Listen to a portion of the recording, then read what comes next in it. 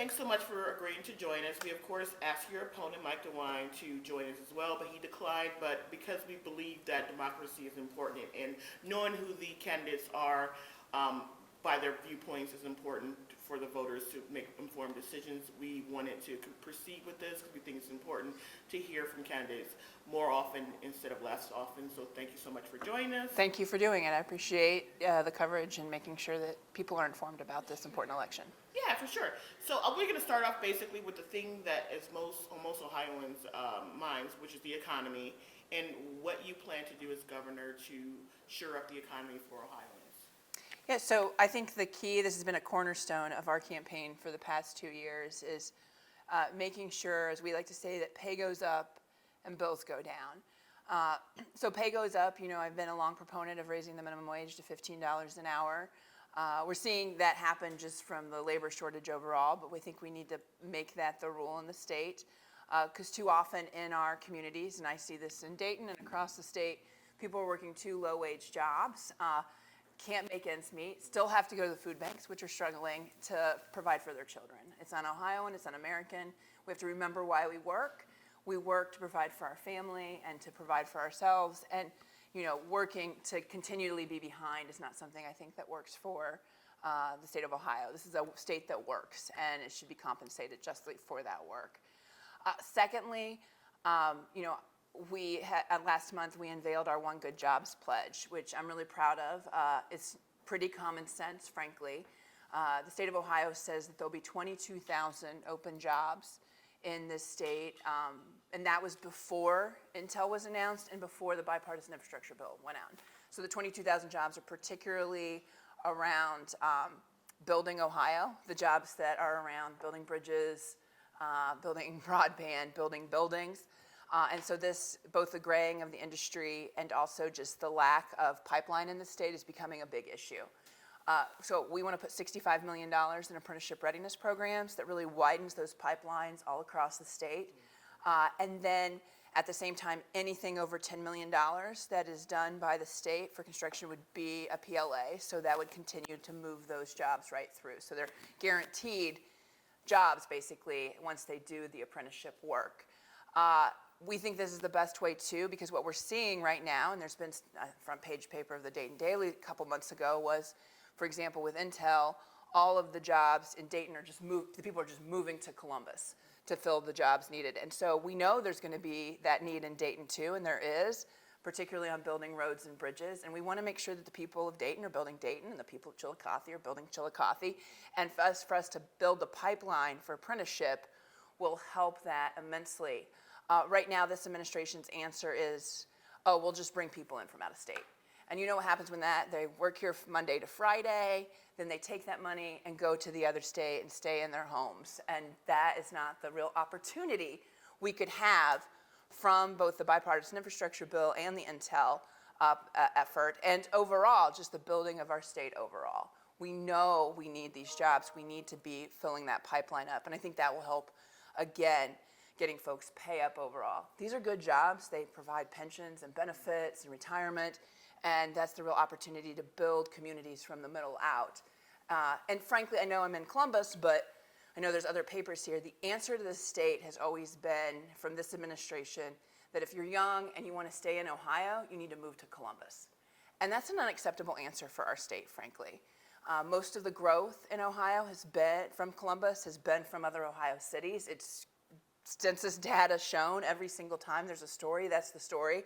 Compare that to other cities that Columbus compares itself to, like Nashville, for example. You actually see the growth coming from out of state. That is not the case here. We are eating our own on this issue, particularly because we're not investing in communities across the state.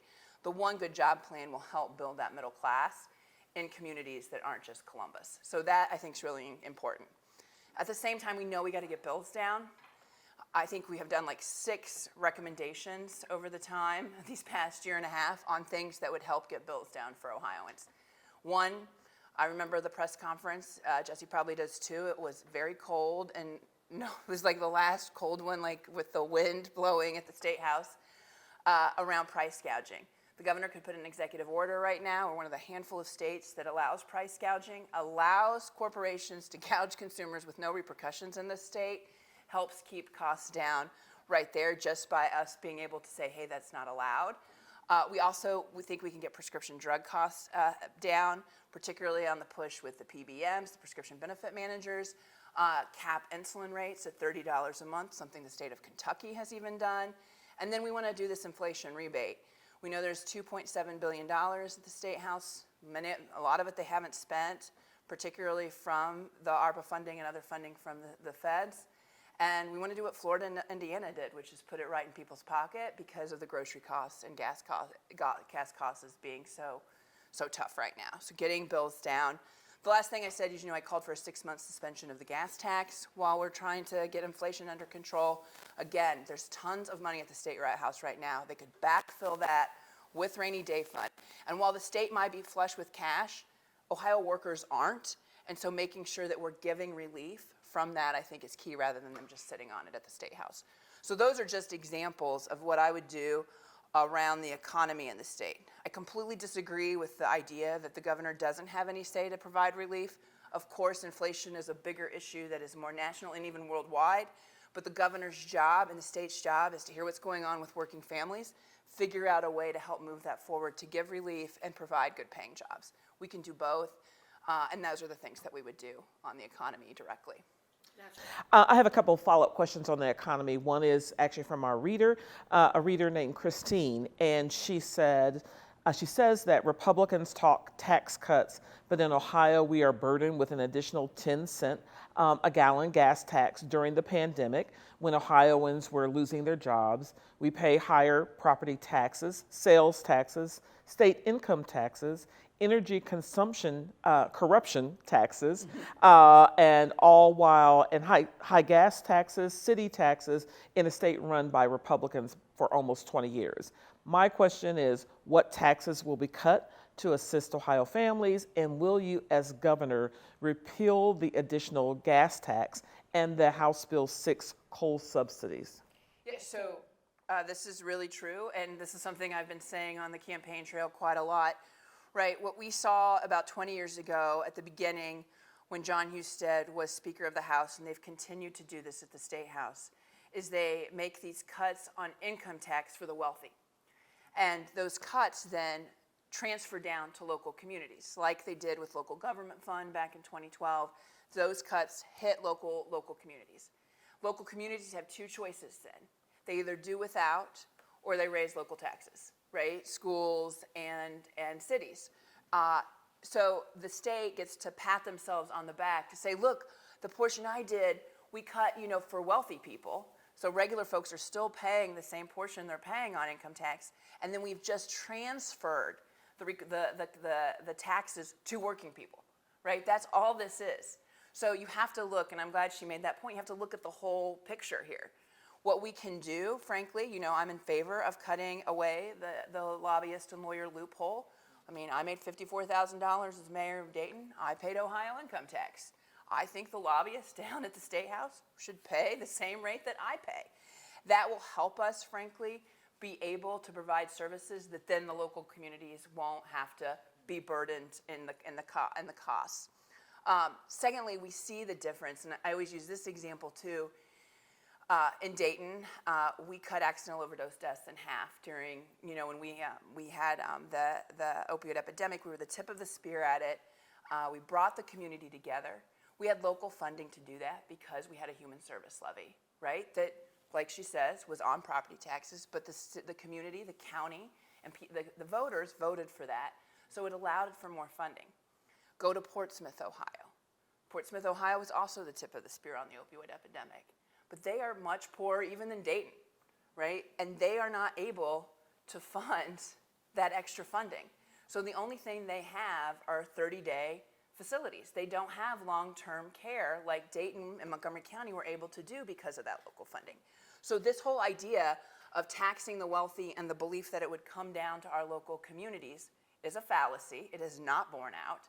And secondly, it has made the state more unequal. Because places like Dayton or other places figured out because they can, and places that can't do without. And that's really the challenge of Ohio, and the point that I see over and over again, that we have really a very unequal state because of tax policies that have been about making sure cronies and wealthy friends get relief, and then just passing that on to workers or making our communities worse. Secondly, of course, we need to fully repeal House Bill 6. This is the largest corruption scandal in Ohio history. It is appalling that it has not been fully repealed. We still are not investing in renewable energy.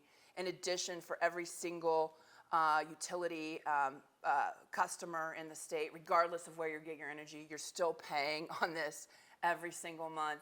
And that the state house is so callous and this governor is so callous to not believe that people care is a real concern overall about what they care about in their governorship. So, we called for that a while ago.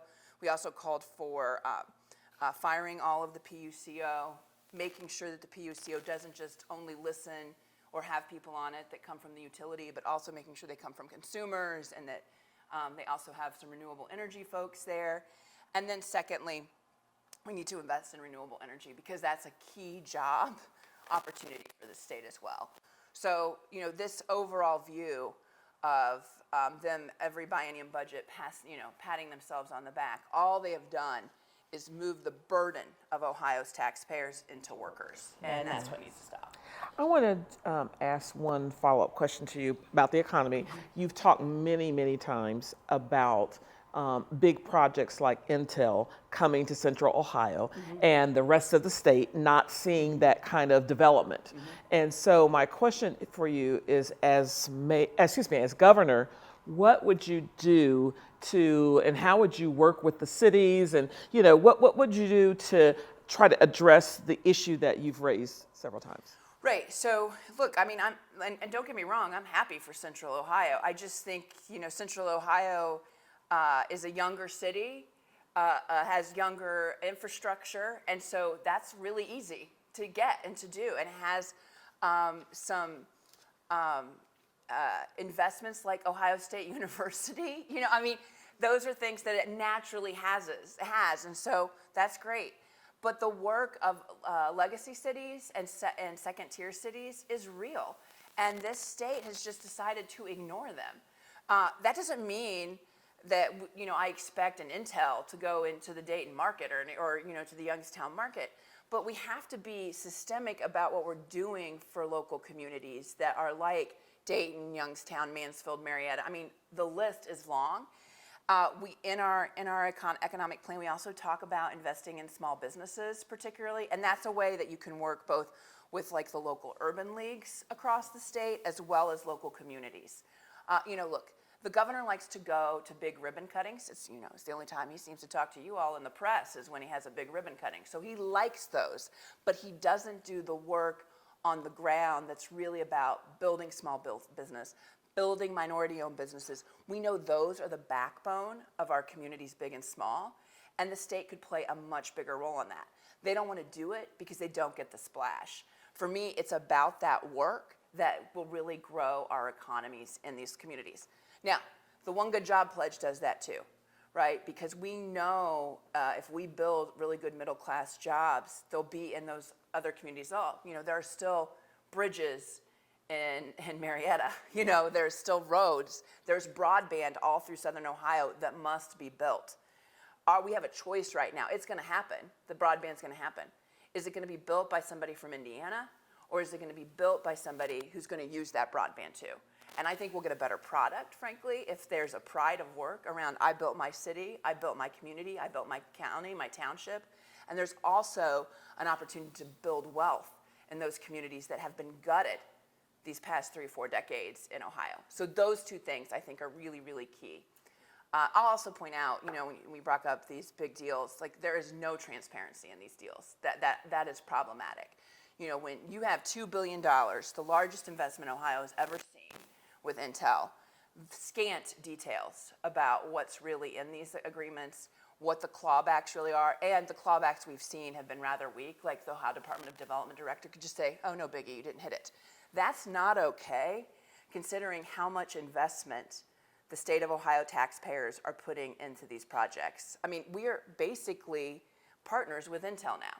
And for us not to have the transparency back on these deals is problematic, especially in the face that the FBI has called this state house the most corrupt in the country, right? So they don't have a history that really shows that they're gonna do what they say they're gonna do. And finally, you only have to go to Wood County, where the Peloton deal with 2,000 jobs is going to come. And Mike DeWine made that ribbon cutting, and those jobs never came. And so there is reason for us to be concerned, to make sure that there's transparency in this work, and we should demand it. It's our money. So obviously, the State House, very conservative. A lot of folks over there, I don't know if you heard that or not, they're very conservative. I wasn't And aware of that, you weren't Amelia. aware of it. You're very liberal. Like a I little- don't think so. Okay, maybe you can tell me you're not liberal. How do you intend to work with? I mean, I think I'm a little bit to say very. I think Okay, that's very. a little much. So you're liberal, okay. How do you plan to work with very conservative State House when the governor of Ohio is a Republican? He has had his challenges. Yeah, so I think first I would say that when we look at Mike DeWine, it's not that he's conservative or liberal, it's that he's weak, that he's had his challenges with them. And I'm just comparing him to John Kasich. Like when John Kasich was the governor, John Kasich was in charge. When Mike DeWine becomes the governor, same parties, Matt Huffman becomes in charge. So that's not necessarily an issue of party, it's an issue of leadership. And what we've seen from this governor is his inability to lead. The governorship in Ohio is the 4th or 5th most powerful in the country. It has enormous power. So to sit there and say, I'm sorry, I can't do anything because Matt Huffman told me no, that just shows his failure of his ability to lead. So I think that's the first point. Leadership matters. Secondly, I'll say this, it's an illegitimate state house. It's a state house that's been viewed unconstitutionally 7 times by the Ohio Supreme Court. Once I'm elected, the lines will be redrawn. Regardless of who's elected, there's going to be a redraw. So, I do look the first half of my term very different than the second half of my term, because the first half of my term will be filled with men that have been illegitimately elected by lines that should never have been okay to move forward since the Ohio Supreme Court said no. And considering that they're an unconstitutional body, I'll probably be vetoing an awful lot from that body. The second half, where lines are fairly drawn, and the decision of who the state legislature is made in the general election instead of the primary, I don't think there'll be Democrats, but there'll be general election Republicans, which is very, very different. And my history in Dayton has been one that works across party lines. When we worked to pass universal pre-K, the Dayton Area Chamber of Commerce, the creator of John Husted, endorsed it. So, these are ways that I've been able to work across party lines to get things done. I wanted to work with this governor on Strong Ohio. He's just too weak to do the work because he's afraid of the radicals in his party. That's the difference. When people are willing to make common sense solutions, and look, everything I talk about in this race, the majority of Ohioans are with me. So it shouldn't be a place where we say, well, we have an unconstitutional, illegitimate state house, and even though they don't answer to the people of Ohio and they don't represent the people of Ohio, we still have to say what they're going to do. I don't think that's all right.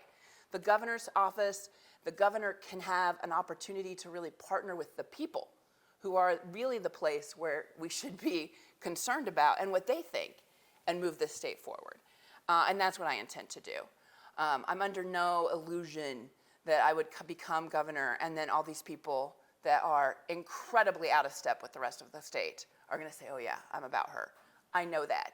But at the same time, I don't agree with the idea that just because Mike DeWine couldn't do it, because he is so damn weak, that I can't do it. That's wrong. You mentioned your desire to repeal House Bill 6. I'm curious whether you feel that Ohio's energy future includes investing in nuclear energy in any way. Yeah, so I've had an above-all energy approach the entire time. I've said that from the get-go. My concern is that we've not invested in renewable at all. We've invested in everything else but renewable. And so we need to make sure that we're, really covering the whole landscape when it comes to energy policy, and we have not done that. And that's really where, I've put a lot of focus on since we haven't done it, and we know that there's a lot of opportunity there. We know Michigan and Pennsylvania are eating our lunch when it comes to renewable energy. We know we have the best workers in the world, that we could be building solar panels and wind turbines in this state. And those are good paying jobs too that don't have to be in Columbus. Again, we could have that investment. and we're not doing that. So my concern is with this legislature and this governor, it's all about who funded them, and that's who gets the help instead of what's best for Ohio working families, and that's where we should invest. We see this over and over again. The latest with House Bill 6 is just the latest example of that. You know, First Energy funded Mike DeWine's campaign. In return, they get everything they want. That has to stop. We have to think about what's best for Ohio when we're investing in energy and good paying jobs. So, do you guys on the screen have any questions at all? Okay. Yes, hello, Dan. This is Mike Schiff from Beacon Journal. How are you? Hi, great. I guess my question for you is, obviously the governor faced a monumental challenge during the last term with the pandemic and all that happened there at the beginning. He was pretty widely praised by many at the beginning and then criticized as time went on. What's your review of how he handled that? If you were faced with a similar situation, would you do the same or do differently? Yeah, I mean, I think when you're thinking about the pandemic, we have to think about it in this like 2-year period, right? And think about what it was like from like March to July of 20, and then what it was like from July to December until we got vaccines to 20, and then what's it like in 21 on. And I think the governor did a great job while Amy Acton was the head of public health. That's where we saw the most engagement with our local communities. It's where we saw the discussion, I think, doing the best around how decisions were made. And as Acton got pushed out, that's when we saw really a breakdown, I think, just in overall how the governor displayed in this. I'll give an example. You know, I think it's been well documented that the 7 cities of Ohio, and it was the six largest cities in Youngstown, so it was clearly the 7 media market cities of Ohio, would have a call every day with the governor during the beginning of the pandemic. And at one point, and you have to think this was in 2020, in the front end of it, and at one point they were getting ready to do the temporary reopening. I think you all might have remembered it. Well, look, we were really concerned as mayors across the state about it because while Columbus and Cleveland and Cincinnati had tests, the other cities did not. There was no testing in Dayton, so you didn't even know if you had COVID for sure. That's how, I try to remind people of what we had to fight this disease at the beginning because it's so different today. And so for the mayors, the biggest concern during that time was like, well, if we're gonna open, you know, we want to get schools open, but like we've got to wear masks because that's the only thing we had against this disease. And keep in mind, our focus every day was what was the hospital bed count, right? Because once the hospitals get overloaded, then you see enormous death because people can't get the services they need. And so that was like part of what this was really, the whole continuum was really about hospital count. And so, the governor got on the phone with us and told us that he was going to do a mask mandate. And we all convened and said, okay, we're going to support this effort.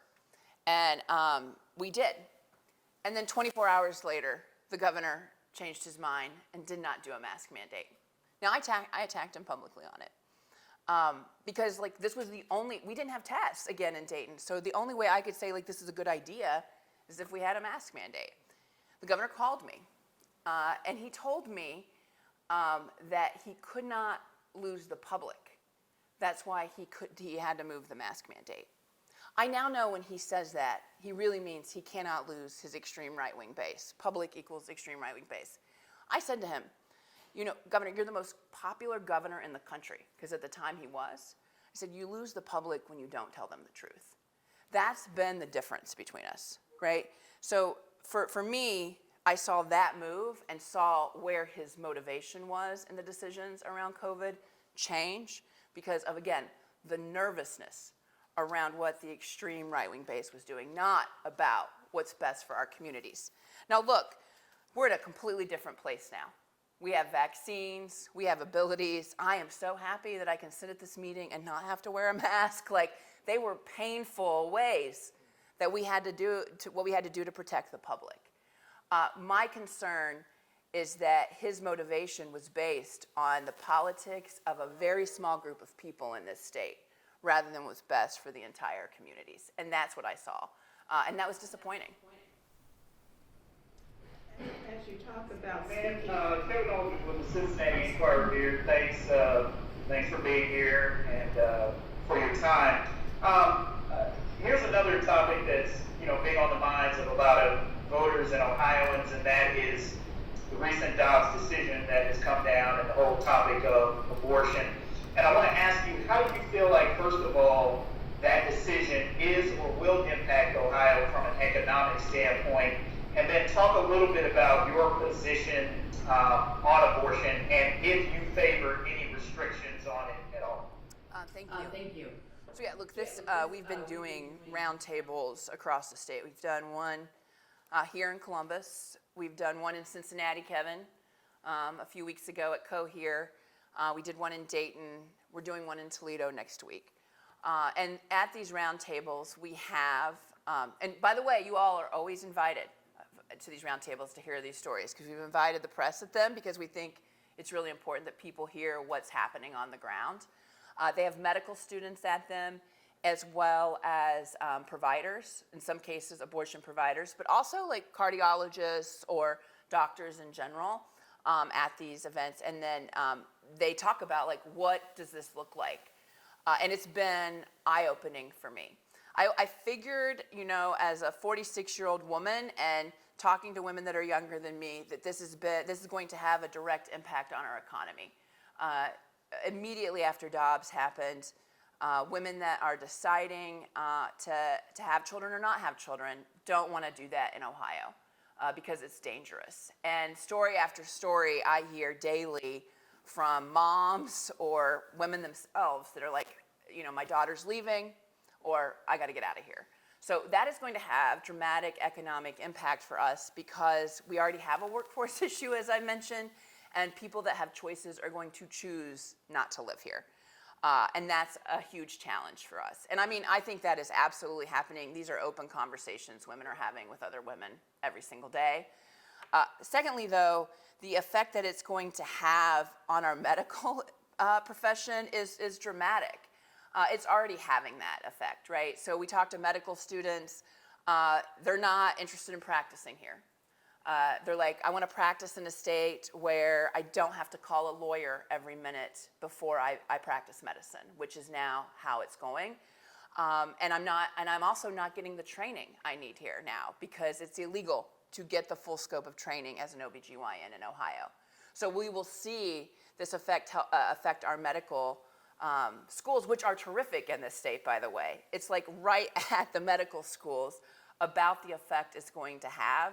And I think the medical schools are nervous about it, right? Because if you have a choice and you want to be an OBGYN, you're not going to choose to come to Ohio because you want to make sure you get all the training, and you cannot get that now in Ohio. So that will then have effects, again, as we've seen. We already have an issue in rural Ohio with the number of doctors or the lack of doctors we have. We will have a harder time getting doctors in Ohio now because of this law. So what I've learned in this following, I think I've been talking about this issue since the jump in this race about abortion access. I knew it was happening, but for it to emotionally happen as a woman in June was serious. And then to see the fallout from these conversations, it is going to have significant economic effect to this state. And the state will be a loser on it. Now, my position on abortion is I support Roe, which does have limitations. It's always had limitations. I want the same law and the same protections I had on June 23rd and every woman in this state had on June 23rd back. My position is I will fight to put Roe in the Ohio Constitution so it is codified so no extremists can ever touch it again. By the way, again, my position is where the majority of Ohioans are. 61 to 65% in every poll shows that is where folks are. I do think that poll is right. We've seen that just in so many places. I think it might even be a little low, frankly, coming after Dobbs, because people are now beginning to see that this is more complicated than a theoretical. This is affecting people's lives every day in a way that they really didn't anticipate until it actually happened. So, as you can imagine, we had a lot of questions from folks, and a lot of them were about abortion. Kind of piggybacking on what Kevin just asked you, Frank Thomas Galveston from Cincinnati, he wants you to define what you thought viability meant, because a lot of people say through viability. What does viability mean to you? Well, I mean, I think, and according to Roe, it's when the fetus is viable. And so, again, it's not a weak answer because medicine changes, and that allows medicine to change. Viability is what Roe's about. It's been the law of the land since 1973, before I was born. It makes a lot of sense, and that's what we should follow. It's where all of us are as a majority in this state anyway. But the other thing I'll make the point of, Amelia, is when I'm in these doctors' roundtables, there's a lot of discussion about how the state's ignoring evidence-based facts, that all of these laws are based on how people feel rather than what medicine says. Viability is about evidence-based facts, and that's where it should be. And that's why Roe was written that way and why it was looked that way by the U.S. Supreme Court, because it needs to be about what medicine is, not what people's religious propensities are. And that's really what the difference is on this issue. So we were actually together the day of the Oregon district shooting, twice actually. I'm sorry? We were together the Yes. day of the Oregon district Yes, we shooting. were there. And, I'm sorry you did a really hard pivot on me there. I know, And I'm totally sorry. pivoted. That's what I'm about. I'm about to pivot. Sorry, I was like, What is she talking about, right? Anyway, so we were together that day. So We were. Both, and so gun violence is something I know you understand intimately. as do you, yeah. As do I as well.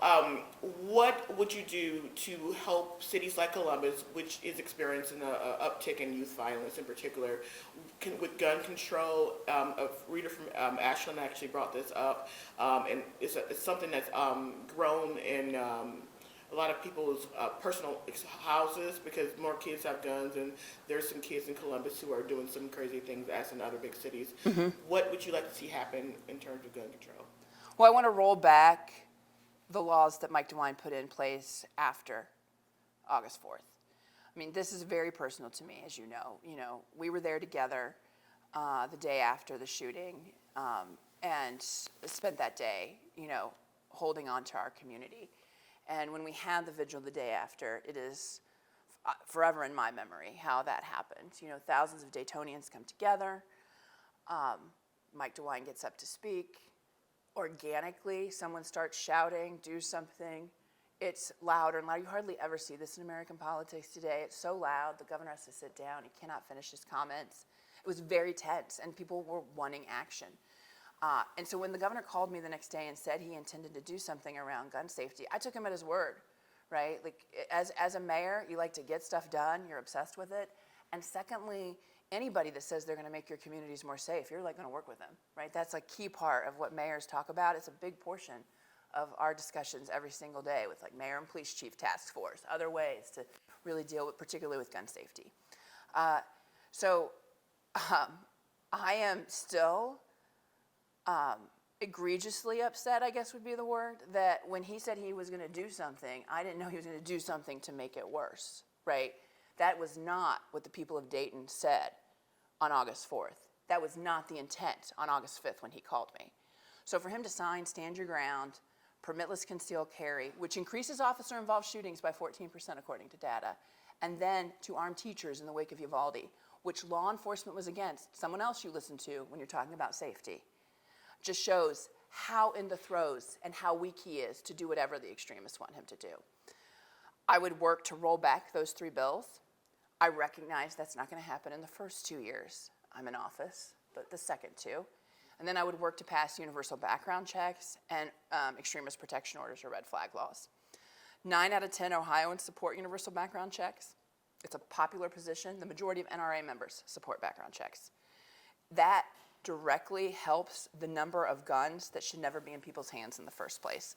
When you do universal background checks, you're able to close the loopholes of the gun shows, the straw purchases. Universal background checks is a key way to make sure, particularly, that kids don't have such easy access to guns.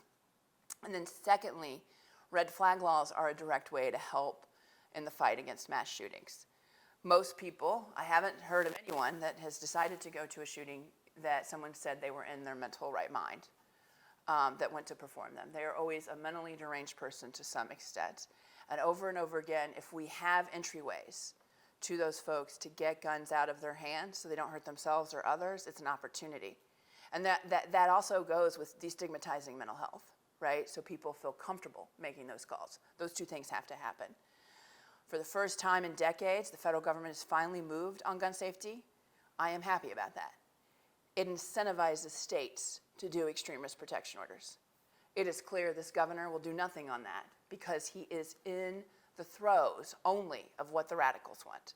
And so those were the places that I think we could have great opportunity to help communities across the state that are dealing with gun violence. I'll also say there's studies coming out that the cities that have state legislators that are aggressively attacking and making our communities less safe for gun safety makes local communities that are in those states more dangerous. This is bearing out in places like Texas, Pennsylvania, Ohio. And so when we have these issues, of course, people go to City Hall. City Hall's in charge of everything. I know that in people's minds. But really, it is the state legislature who's responsible for this egregious gun violence, because we see the places that have legislators and governors who are weak on gun safety. Those communities reciprocally have higher gun safety and higher homicide numbers. And that's why this is so important and why I couldn't do what we needed to do just by being mayor of Dayton. So I have another bit of a pivot. Say warning, Well, pivot warning. I'm glad she gave me a little more notice than I needed. I have a question from a reader, Kate Qualman from Bexley. Do you feel that recent efforts to restrict access to certain books and classroom discussion topics is something that should be done in a healthy democracy, and why? I think these issues, no. I think people should be able to read what they want to read.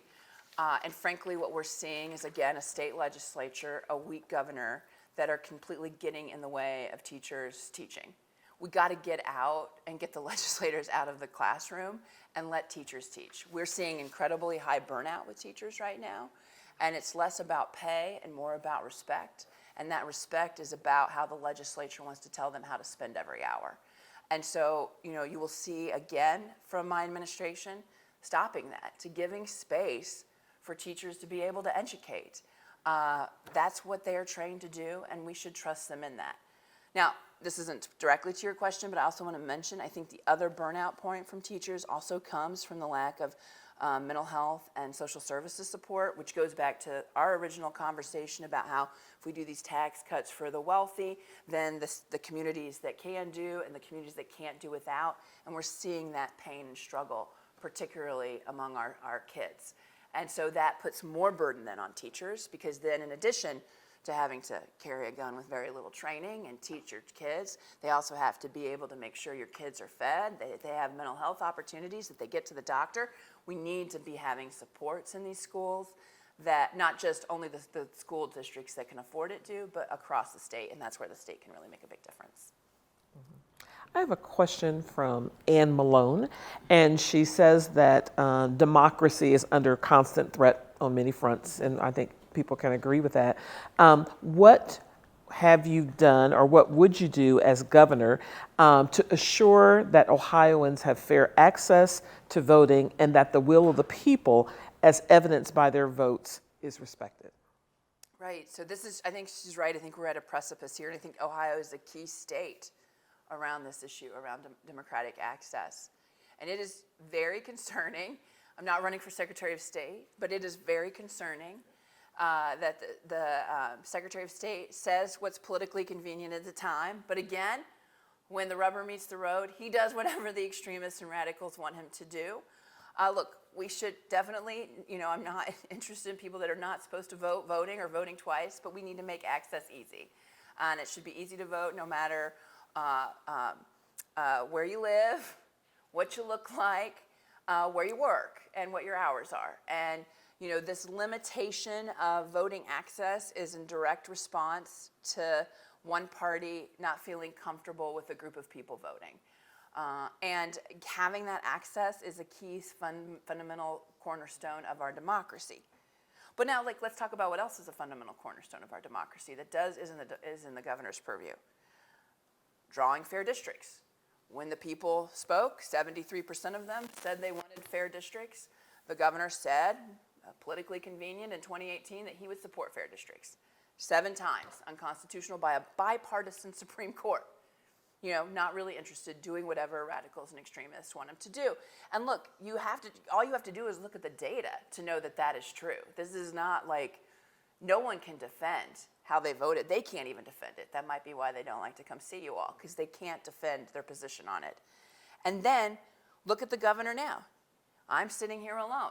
A fundamental part of democracy is answering to the press and to Ohio voters. It's not so much that this governor won't even do a debate. He won't even talk to the press. He won't even talk to people about what his positions are on a one-on-one. Wants to limit that to the smallest point of time as possible because he thinks it benefits his power. When we put power above the democratic process, we got a real problem in our country. And that's what this is coming to. And Mike DeWine has been very clear that's where he's at.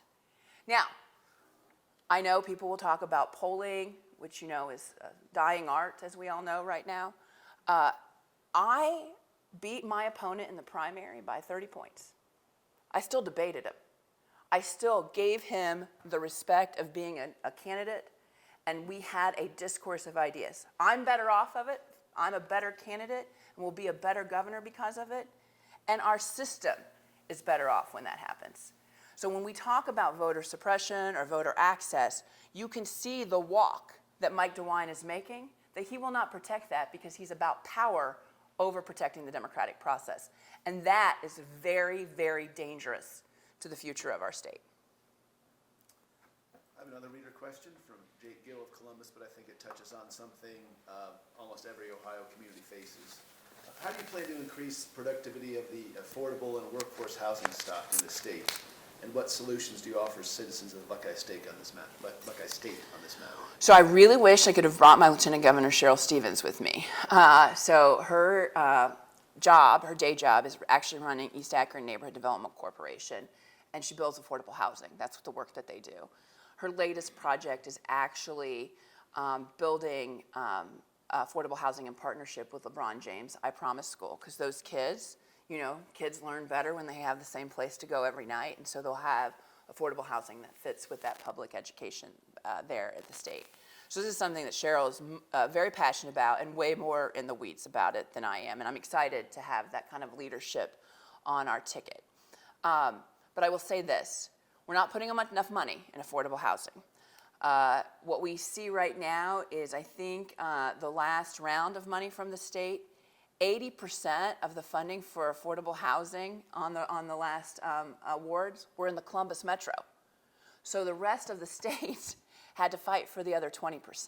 Now, I'm not disagreeing that Columbus probably has the most exaggerated issue on affordable housing, but Dayton has an affordable housing issue.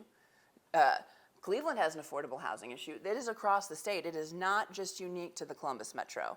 And so to have that 80-20 is a problem that tells you there's just not enough funding in this effort. Secondly, the state can do a lot of work on incentivizing more affordable housing to be built in suburbs. We know from Raj Chetty's work at Stanford that when we have people of diverse incomes living in places together, it actually helps people that are of less means, but it's also helpful for people with more means too. And particularly when we congregate affordable housing only in urban areas, only on one side of town, for example, that does not help either to the best ability that affordable housing can actually do. The state can do a lot of incentives on that, particularly as suburbs are starting to feel the pinch of affordable housing too. So we have this unique opportunity in this crisis. As a mayor, I always believe you never let a crisis go to waste. You could really line up to make our incomes more diverse in this state by investing in affordable housing in a way that could actually move it through the entire state and not just have it in like locales of one location. How do you combat NIMBYism? Because I think most Ohioans would say, yeah, we need more affordable housing, but just not next to me. Yeah, I mean, we see that, but the state has the power of the pocketbook, and I think this is one that you can really use the carrot more than the stick on, frankly, because affordable housing is starting to happen even in those places that are NIMBYs because they have kids that can't afford housing. And so we have this really unique opportunity right now, this opening, where we see affordable housing being an issue not just in urban areas, but in suburban areas as well, and rural areas. And I think because of that, when you have that crisis, that gives you a real opportunity and opening to make a big difference. In terms of affordable housing, Columbus obviously, you said, has the exaggerated problem where people who actually make good incomes can't afford housing here. How would you define affordability? What does that actually look like? That's a conversation we're having here in Columbus. Well, I think it's different in each community for sure, because people make different amounts of money, and so you can't define it even in a region. What's affordable in Dayton is very different than what affordable is in Columbus. And somebody said to me once that housing should be like the federal government. It was actually Bruce Katz said to me once that he thought that the federal government got it wrong, that they had housing policy national and education policy local, and really it probably should be the other way around. Education policy should be national and housing policy should be local, because it's so localized about what the cost is. I think it's an interesting thought on this issue. We need to provide regional communities funding to do this, and that's why you can use a lot with the competitive effort that I talked about, but it's going to look different in each community because of the fact that people make different wages. In Dayton, when we had an eviction task force even before COVID. I was really proud of the work that we did. I did as mayor. We were the first, with Toledo and us were the first cities to do stay if you pay legislation, to make sure, because a lot of people would pay their rent but still get evicted, and so really making sure we were able to, because the most important thing is to keep people housed. We know once people are evicted, that's a huge challenge to overcome economically, and it has long-term effects for their family. So did a lot of work on this through our eviction task force. But we found it is definitely regional. It's not just a city's issue, it's a regional issue, but it's not a state effort, because what works in Cleveland is very different from Chillicothe.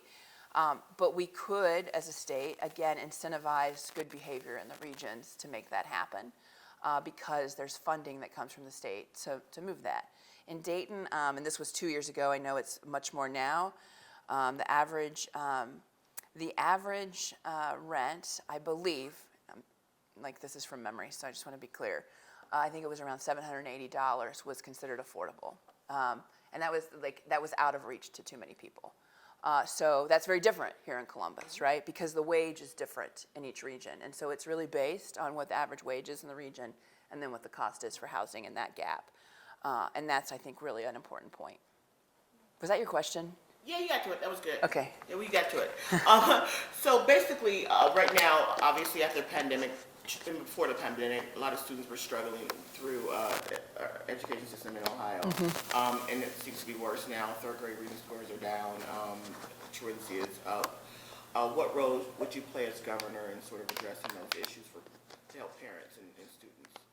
Yeah, this is a big issue. I mean, we've learned a lot, frankly, about what not to do, particularly for our kids because of the pandemic, and our kids have suffered significantly because of it. I've said, particularly the governor's role, particularly in the state, this is something that's different than mayor. Unless you're the mayor of Cleveland, you don't have control of the schools and cities. But I'm proud of the work that we did to provide high-quality universal preschool in Dayton, and I'm proud that I led that effort. That helps families, right? Because number one, it helps on child care cost. The way we did it in Dayton is a national best practice that was about really helping all child care, not just the ones that were run by public schools, but the ones that were small businesses run mostly by African American women. And so investing in small business was a way that actually helped us even with preschool. And I think child care is a key part of this conversation that has not been talked about a lot.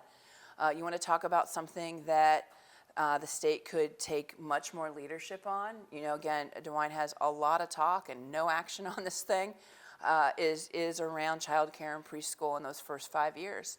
That is a huge opportunity for us to show if we're really a place that wants to be a place that you want to grow your family. We shouldn't be having a breakdown in child care. And it's not something the free market is going to be able to solve, because we got to make sure that people that are also working in child care are able to provide for their children, which is not the case today. And I'm proud of that work that we've done in Dayton around that issue.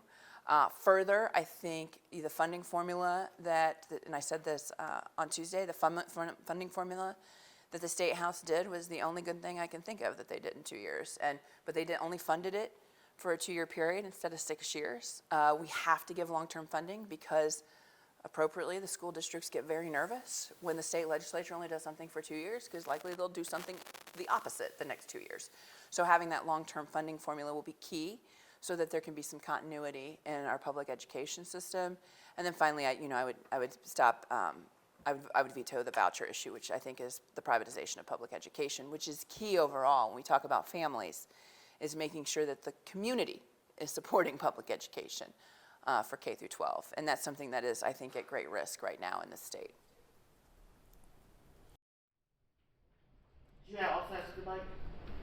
Yeah, Mayor, I guess my question is, I live in Akron now. I've been working with our small newspapers and media sites across Ohio for 20 years. And in the Mansfields and Coshoctons of the world and places like that, I was in Newark for a long time, but I was in Newark sticking with Intel, and I was happy to close to Columbus there. But the small cities of Ohio, these county seats, I don't know, 75 or 78 of them that aren't Columbus and so on, seem to be struggling more than the rest of the state with jobs, investment. The hospitals are often the largest employer in towns that are now often controlled by Ohio Health or whomever.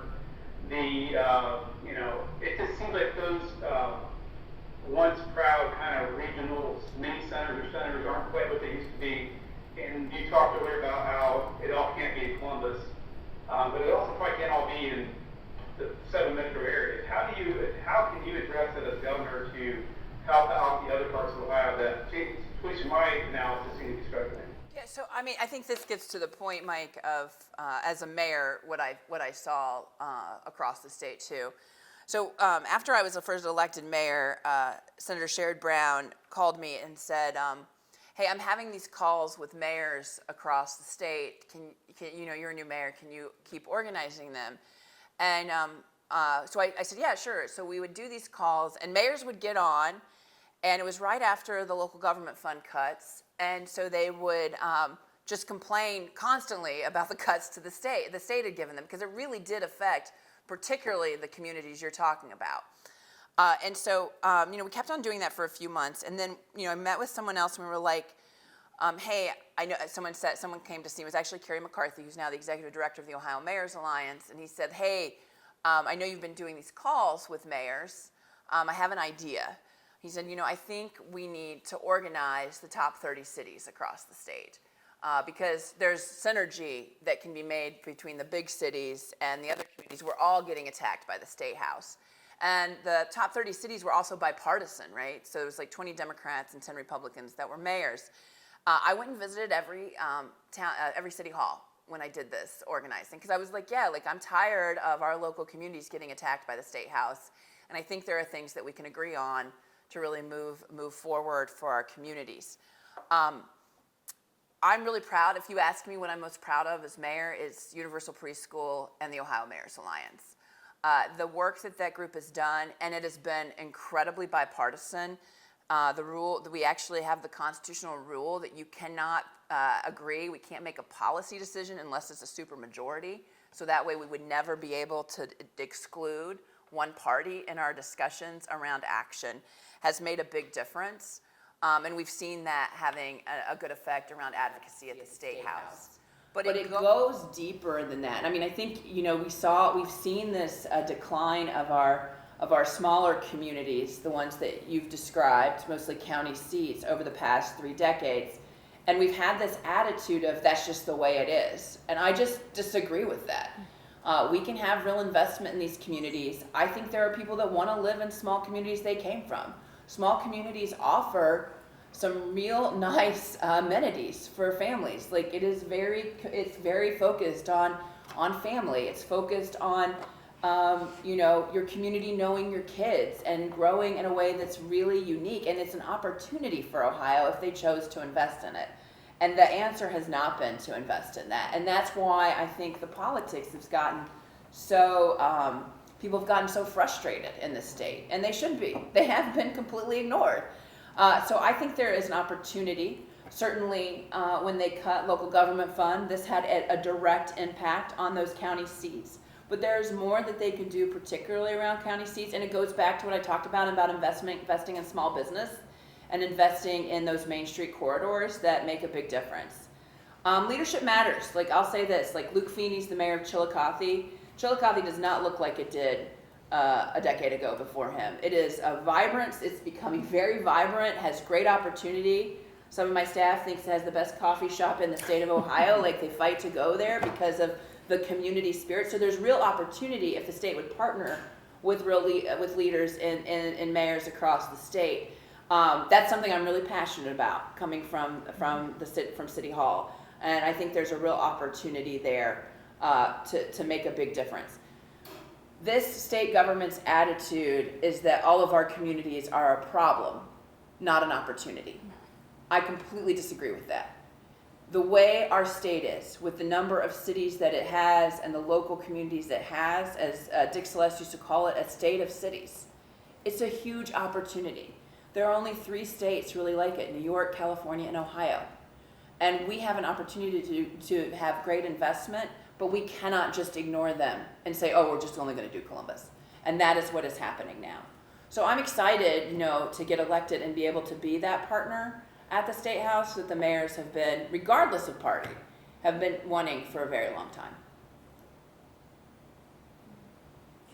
Anybody else got any questions? Thank you. Thank you. So then, are there other things that we didn't ask you about that you wanted to mention? No, we talked about the economy, abortion, gun safety. We did not talk about education and higher ed yet, though. Oh, do you want to talk about it? Yeah, real quick. We did have a couple questions about higher ed, obviously. You had questions you Yeah, I still know. wanted to talk about. Yeah. Tricked you. You said something about the student loan forgiveness, and obviously we have a lot of universities in Ohio, and people are struggling to pay for their education. People going through college and people who have been out for years. What's the fix for this in your assessment? We've got to get the control over this is a federal issue more than a state issue around student loans. It's got to get controlled around interest rates. Like, the variable interest rates for student loans are unacceptable. That's where I think the focus should be at. I don't think folks want to do that because then they have to fight with banks, and banks seem to run the world apparently. But that's who's really fleecing students in our state and across the country, and that's where the focus should be. I think also in Ohio, though, that Ohio has got to get college to be more affordable. It's getting completely out of reach of Ohio students, and the answer to the universities, because they aren't getting the same amount of, I think it was, I'm going to get these numbers a little bit wrong, but you can see over the period of time, the amount of money that was the percentage of the university's budget that was from the state was over 60% 15 years ago, and now it's around 40. So that their answer to fill that gap has been to attract out-of-state students. That doesn't help both Ohio families much, and it's about affordability for Ohio families to be able to go to Ohio institutions that I think we need to get back to. So I'm in favor of that. I'm also in favor of really making sure we take a good look about how we regionalize community colleges. Again, this is an example: local communities that can pay for it and local communities that can't don't have it at all.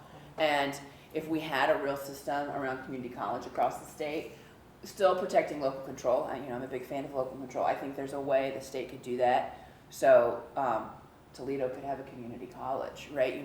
We have huge regions that don't have a community college, and that is, again, just leaving workforce on the table.